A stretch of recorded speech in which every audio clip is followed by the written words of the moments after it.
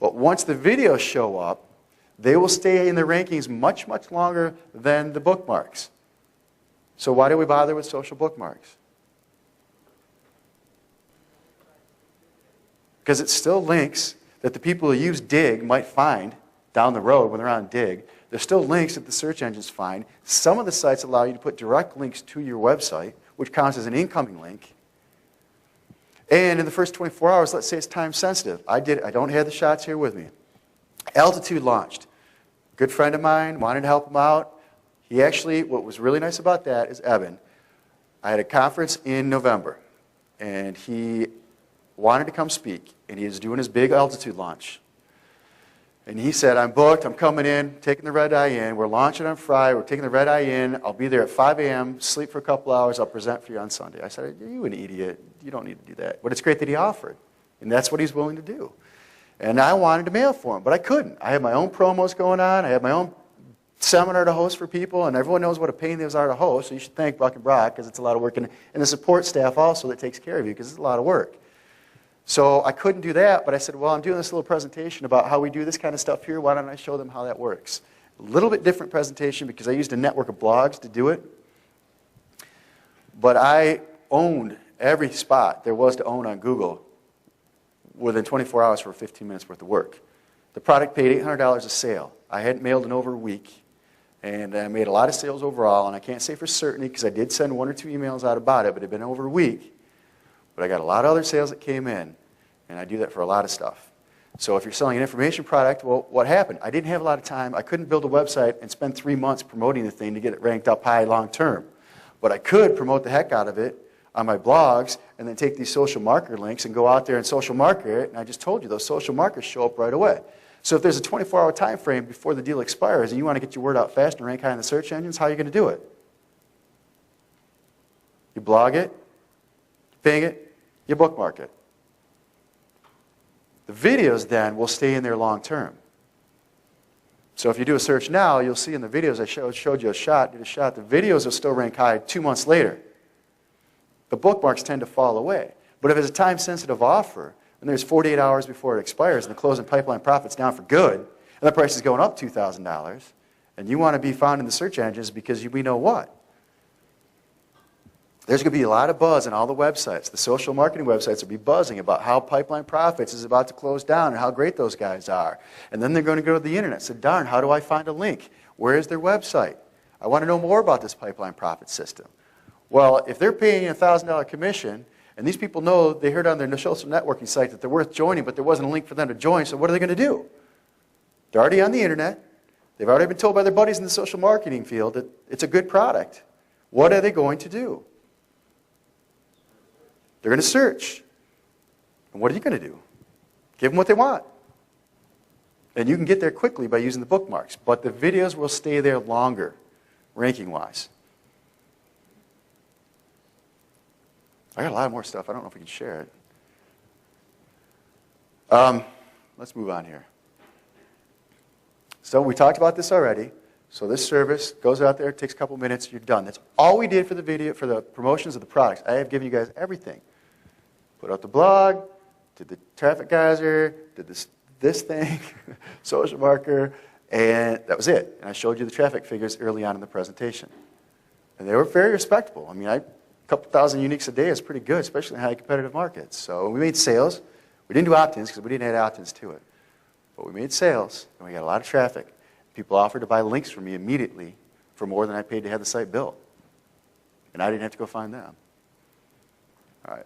We already talked about this, the top 3 out of 4 in 24 hours for the video submissions. Stuff works. So this is the screenshot from at the event itself.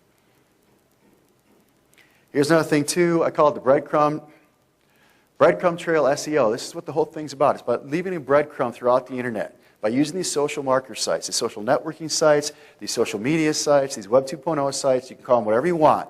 It's just a big community. That's what it's all about. It's about building a community and tapping into the community for traffic. I call it the breadcrumb trail SEO.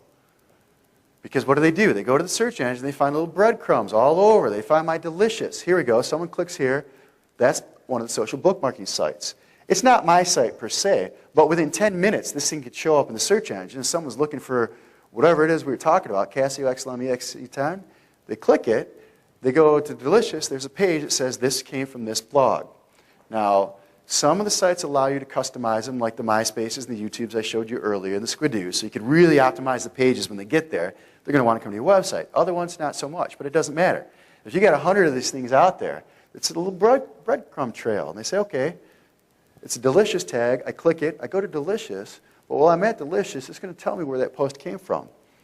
Oh, digitalcamerareviewsblog.com. Well, if you read my top 10 do's and don'ts about picking domain names, one of the things I said is you need to pick names that make people want to take action. If I call it xyz2wz.com and someone reads that in the search results, is that going to make them want to click it if they're looking for digital cameras? What if they're looking for digital camera reviews? I can tell you because I tested, but it matters. So if someone visits Delicious and they see if they go to Delicious because they found a tag about digital cameras, and they go to Delicious and it says, visit wxyz.com, that doesn't really call out to them, does it? And I can't modify Delicious as great as I can as YouTube and Myspace. So a way around that is, in any search engine results, especially if it's your own search engine result, you use a domain that calls out to the people for what they're searching for. Well, if they're looking for digital cameras, and if you look, one of the top searched for terms is digital camera reviews. How do you think I named my website? Did I just pick it out of the air? Was I selling bazookas and decided to call it Digital Camera Reviews Blog? People are looking for digital cameras. One of the most highly searched after phrases in conjunction with digital cameras is reviews. Digital camera reviews. That wasn't available, so I tagged blog on the end of it, which was the most popular word 3 years ago, so people know what a blog is. And boom. So when they go to Delicious, I can't customize that page nearly as well as I can customize it for YouTube and Myspace. But if they go there, they follow this link over there, they'll see, hey, this blog posted about this camera, and the name of the blog is Digital Camera Reviews. Well, you know what? I really am looking for digital camera reviews. So I'm going to click it and go over.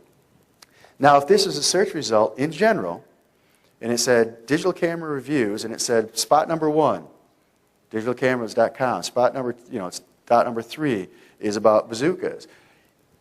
If your URL shows up in Google itself, it says digital camera reviews, and someone's looking for digital camera reviews, if it's number 2, and the guy who's in the number 1 spot, it says something like, see Brittany fall down drunk someplace, and they're looking for digital cameras, but they're ranked number 1 for digital camera reviews, which one would you click?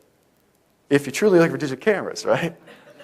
You're going to click the URL that says digitalcamerareviews.com. Plain and simple.